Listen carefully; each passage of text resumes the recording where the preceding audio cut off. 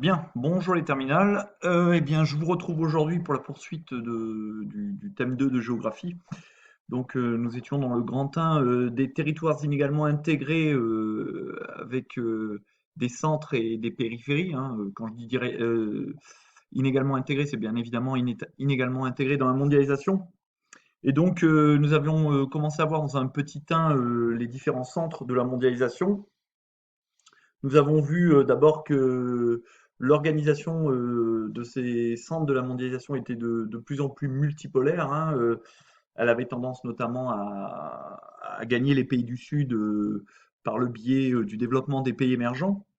Et dans un petit B, donc, nous avions commencé à voir qu'au sein de cette mondialisation, il y avait des territoires stratégiques qui se distinguaient. Alors, en premier lieu, on a vu les métropoles, hein, avec des petits retours sur le thème 1, hein, sur la métropolisation. Donc, les métropoles sont des territoires stratégiques qui commandent la mondialisation, et notamment les villes mondiales, hein, à l'exemple de New York, de Londres, de Paris ou de Tokyo, par exemple. Et nous allons voir ensuite un autre territoire stratégique, ce sont ce qu'on appelle les façades maritimes.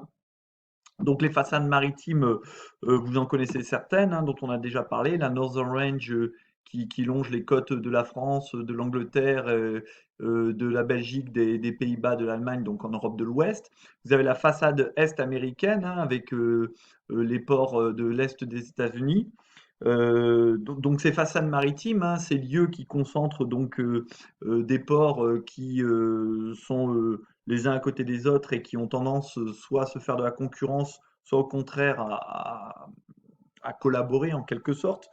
Ces façades maritimes ont évidemment un lien avec la maritimisation de l'économie mondiale, hein, avec le fait que 90% des échanges passent par la voie maritime.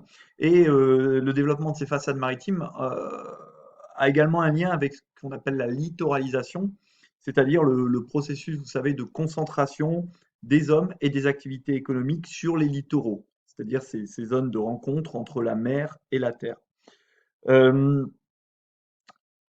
En dehors des deux façades maritimes que je vous ai évoquées, hein, là encore, de la même façon qu'on avait vu que euh, comment dire, il y avait une organisation de plus en plus multipolaire avec un glissement vers les pays émergents et les pays du Sud, eh bien là encore, avec les façades maritimes, on a l'affirmation de nouvelles façades, hein, notamment le cas de la Chine, hein, qui comporte la plupart des plus grands ports mondiaux, hein. C'est la première façade maritime du monde, avec notamment les premiers ports à conteneurs du monde, hein. Vous savez, les conteneurs, ces espèces de boîtes de ces parallélépipèdes, hein, qui servent à transporter les marchandises, hein, qui correspond grosso modo à la caisse d'un camion. Quand vous voyez sur l'autoroute un camion de transport, c'est un conteneur. Ça fait la taille d'un conteneur en tout cas. Donc on trouve les premiers ports à conteneurs du monde, et notamment le numéro un qui est ici, hein, qui est le port de Shanghai. L'affirmation de cette façade maritime chinoise et est-asiatique, puisqu'elle englobe également le Japon et la Corée du Sud avec Séoul. Cette affirmation de cette façade maritime est-asiatique, elle est exemplaire justement donc de la montée en puissance de l'Asie dans la mondialisation, et surtout évidemment de la Chine. Alors, on peut ajouter d'autres territoires importants, hein, qui sont aussi des territoires stratégiques au sein de la mondialisation. Ce sont par exemple les régions de coopération transfrontalière continentale. Et l'un des exemples les plus connus, hein, c'est l'exemple qui vous est présenté ici dans la diapositive, c'est l'exemple de la frontière entre les États-Unis et le Mexique. Donc cette frontière, elle est ici, hein. Ici, vous avez donc le mur de séparation avec la clôture, hein. Vous savez, ce fameux mur qui était cher à Donald Trump. Ici, ben, vous voyez, donc c'est évidemment une photo satellite, hein. Ici, eh bien, vous avez la partie américaine avec une ville de Californie qui s'appelle Calexico. D'ailleurs, on retrouve la moitié du mot Cal pour Californie et Exico pour Mexique, hein.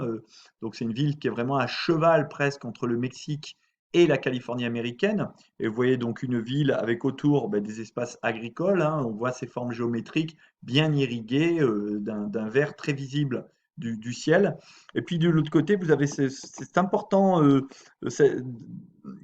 du moins cet espace très densément peuplé, hein, qui est la ville de Mexicali. Donc Mexicali qui se situe au Mexique. Encore une fois, le nom de cette ville est formé du mot Mexique, Mexi, et de Cali qui renvoie à Californie. Donc ce sont deux villes jumelles.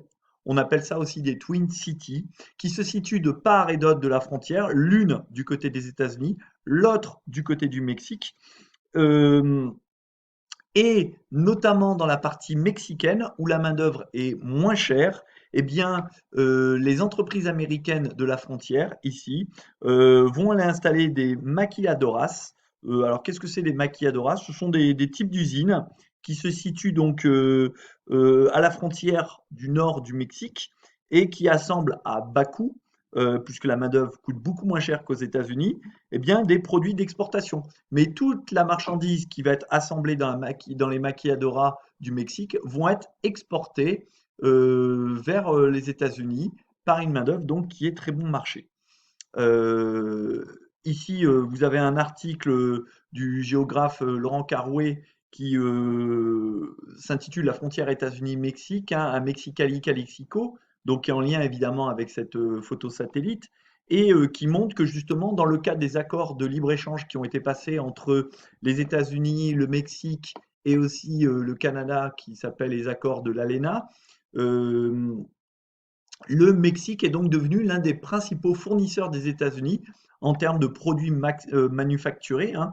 Donc, tout le long de la frontière en fait américaine et mexicaine, ont proliféré ce qu'on appelle ce système de villes jumelles, c'est-à-dire des Twin Cities en anglais, comme vous avez par exemple, j'ai perdu le nom, San Diego et sa ville jumelle au Mexique qui s'appelle.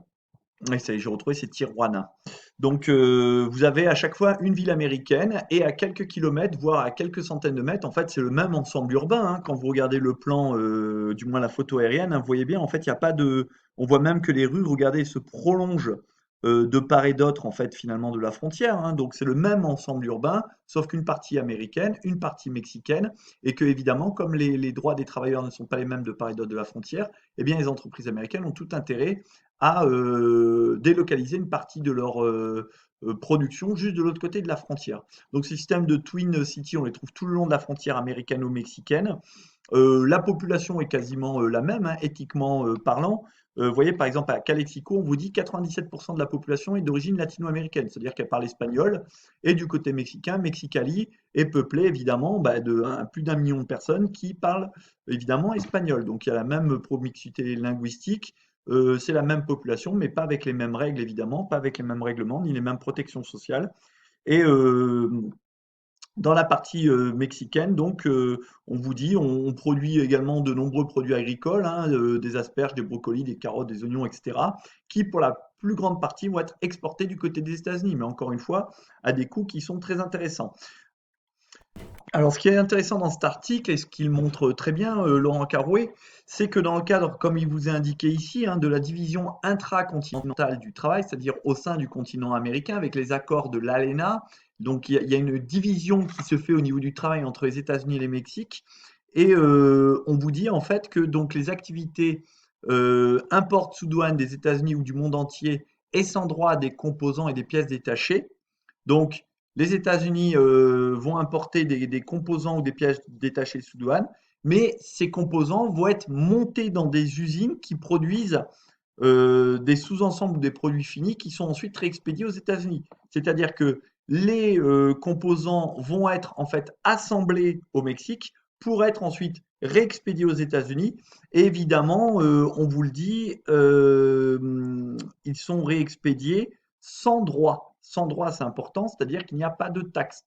Et souvent, d'ailleurs, il y a la mise en œuvre de construction d'usines jumelles qu'on appelle des twin plants, qui sont à cheval sur la frontière. Vous avez la partie états-unienne qui assure plutôt la fonction de gestion, de direction, de recherche, d'innovation.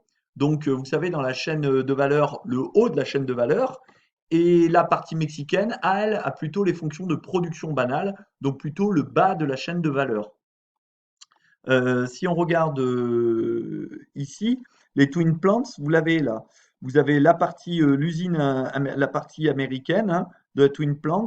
Et ici, vous avez la partie mexicaine. Donc ici, c'est là où on va assembler les composants. Et là, c'est là où vous allez avoir la direction, les bureaux, la recherche. Et vous voyez que ces usines, en fait, sont très, très proches les unes des autres, mais l'une évidemment du côté des États-Unis, l'autre est du côté du Mexique.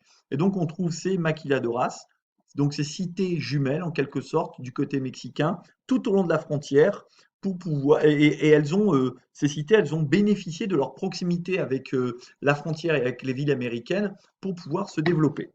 Alors, ce système, il est schématisé hein, avec ce document. Hein. Donc, on voit que du côté des États-Unis viennent des investissements. Le Mexique, lui, fournit la main-d'œuvre. Comment dire, les produits manufacturés le sont du côté mexicain. Et ils sont exportés. On voit hein, toutes les flèches de l'exportation vont vers les États-Unis.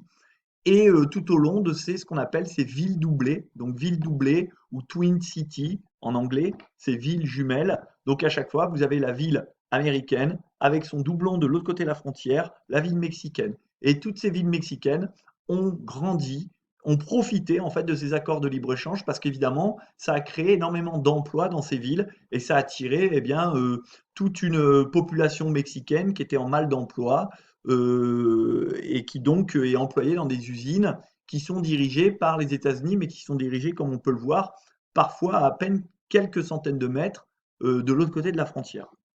Alors, il y a d'autres territoires stratégiques encore qui se distinguent dans la mondialisation. Alors là, c'est plutôt des territoires que l'on qualifie faisant partie de l'antimonde, hein, ce monde un peu obscur, qui est un peu inquiétant, hein, qui est un peu l'inverse du monde officiel, parcouru, connu, légal.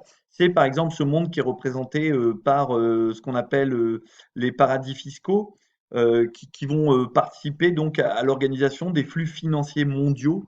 Donc ici, vous avez la localisation des principaux paradis fiscaux, hein, paradis dans lesquels eh bien, les gens fortunés vont pouvoir aller cacher leur argent, dans lesquels les grandes entreprises comme Amazon, Google ou des entreprises, des firmes transnationales vont essayer de délocaliser une partie de leurs impôts, parce que ce sont, comme leur nom l'indique, des paradis pour les gens qui payent des impôts. Donc plus vous êtes une grande entreprise internationale, genre une firme transnationale, vous avez des impôts, notamment sur les bénéfices très importants à payer, eh bien, ils vont délocaliser une partie de leur production ou de leur fonction de commandement dans des paradis fiscaux pour payer beaucoup moins d'impôts. Donc ces paradis fiscaux, vous voyez, hein, il y a une liste noire qui a été publiée par l'Union européenne. On en trouve dans le Golfe Persique, hein, notamment à Dubaï, on en trouve dans les Caraïbes, hein, on peut penser aux Bahamas, on en trouve dans des micro-États du Pacifique. Et puis, il y a des organisations non gouvernementales qui considèrent aussi d'autres États comme des paradis fiscaux. On peut penser au Luxembourg, par exemple, à d'autres États caraïbiens, des États aussi de l'océan Indien et des États est-asiatiques comme par exemple Macao.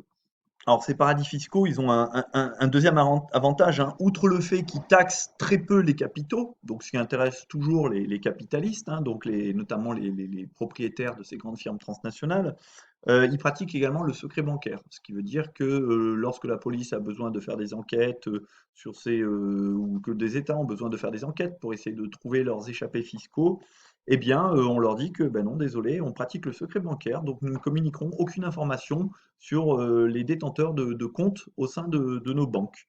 Donc c'est bien pratique le secret bancaire, ça permet surtout de pouvoir cacher son argent tranquillement et essayer d'éviter de payer les impôts. Donc pour résumer ce petit B sur les territoires stratégiques qui se distinguent, notamment on a vu hein, donc, les métropoles, les façades maritimes, les paradis fiscaux, eh bien on voit aujourd'hui qu'il y a une multiplication des territoires moteurs dans la mondialisation, hein.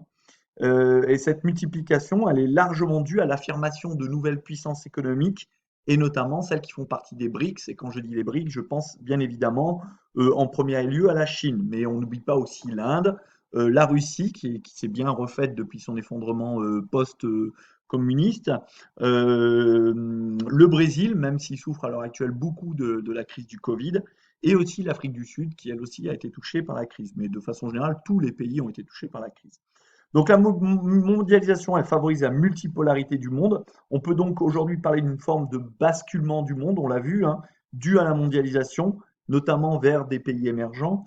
et que la croissance économique mondiale est à présent portée justement par le dynamisme de ces économies émergentes. Et la suite, donc, lors de la prochaine vidéo. Reste-t-il des territoires en marge de la mondialisation?